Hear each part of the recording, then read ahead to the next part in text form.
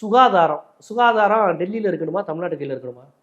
இங்கே ஒரு மண்ணச்சநல்லூரில் ஒருத்தனுக்கு உடம்பு சரியில்லை, ஒரு கொடுமையான நோய் வருது, அதை தீர்மானிக்கிற இடத்துல மாநில அரசு இருக்கணுமா? இல்லை நாக்பூரும் உத்தரப்பிரதேசமும் ராஜஸ்தானியை சேர்ந்த ஒருத்தர் வந்து மண்ணச்சநல்லூர் எங்கே இருக்கு, திருச்சியா புதுக்கோட்டையா பேராவூர்னியான்னு உட்காந்துட்டு டிஸ்கஸ் பண்ணிட்டு இருப்பாரா? கொரோனா தடுப்பூசியை தன்னிச்சையாக தீர்மானிக்கிற இடத்துல எது இருக்கணும்? தமிழ்நாடு இருந்திருக்கணும், மேற்குவங்க இருந்திருக்கணும். ஆனால் அதில் கூட நிதி வழங்கல்ல கொரோனா ரொம்ப பாதிக்கப்பட்ட மாநிலம் தமிழ்நாடு, ஆனால் குறைவான நிதி ஒதுக்கப்பட்ட மாநிலம் தமிழ்நாடு. ஆனால் இதெல்லாம் ரொம்ப வைத்தறிச்சல்ங்க. தமிழன் மீது என்ன மாதிரியான வன்மம்?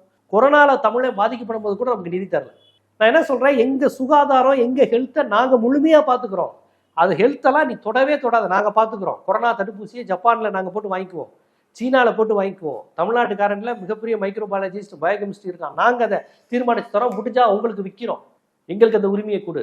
கள்ளக்குறிச்சி சர்க்கரை ஆலையாக இருந்தாலும் சரி, கொரோனா மாதிரி பேரிடர் காலமாக இருந்தாலும் எல்லா நேரத்திலையும் நமக்கு மாநில சுயாட்சி தேவைப்படுது.